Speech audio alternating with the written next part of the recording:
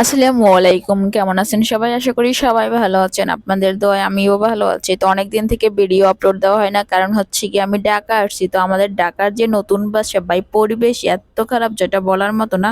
তো এখানে হচ্ছে কি একটা ফ্ল্যাট নিয়েছি আমরা। তো ফ্ল্যাটের এই যে এক রুম, আমরা হচ্ছে গিয়ে গ্রাম থেকে আসছি, এই জন্য হচ্ছে গিয়ে এখন পর্যন্ত কোনো মাল মাল জিনিস কেনাকাটা হয় না। আর হচ্ছে গিয়ে ভাই কিভাবে মাল জিনিস কিনবো? বাসার পরিবেশই এত পরিমাণে খারাপ যেটা বলার মতো না।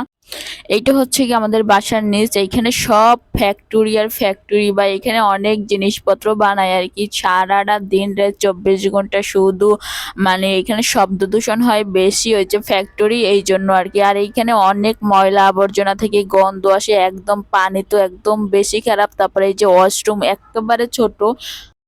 আমরা হচ্ছে গিয়ে যেদিন গ্রাম থেকে আসছি ওই দিনই ফিক্সড, মানে ওই দিনই এই বাসাটা দেখে নিয়েছি। আগে দেখিনি, আগে দেখলে হয়তো বা এরকম নোংরা বাসা নিতে হইতো না। তো যাই হোক, এটা কপালে ছিল আর কি। এই যে দেখেন রান্নাঘর, তারপরে এই একটা আর একটা রুম আছে, কিন্তু এইটাও আমরা বর্তমানে ইউজ করতেছি। ওইটাই কেউ এখন পর্যন্ত থাকে না।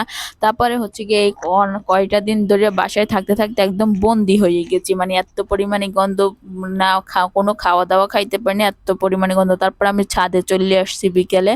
তো আজকে এই বাসার ছাদটা কিরম সেটাই আজকে আপনাদেরকে দেখাবো। বাসার ভিতরে যেমনই পরিবেশ থাকুক না কেন, বাসার বা যে ছাদ কিন্তু অনেক অনেক বেশি সুন্দর। আমার ছাদটা দেখে অনেক বেশি ভালো লাগছে।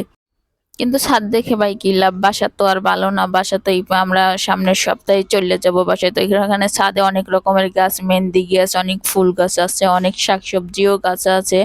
তো ছাদটা অনেক অনেক বেশি সুন্দর। ছাদে আসার পর আমার মনটা একদম বেশি ভালো হয়ে গেছে, যেটা বলার মতো না। তো সবাই ভালো থাকবেন। আজকের ভিডিওটা কেমন লাগছে অবশ্যই কমেন্ট করে জানাবেন। পেজটা একটা ফলো দিয়ে দিন। আল্লাহ হাফেজ।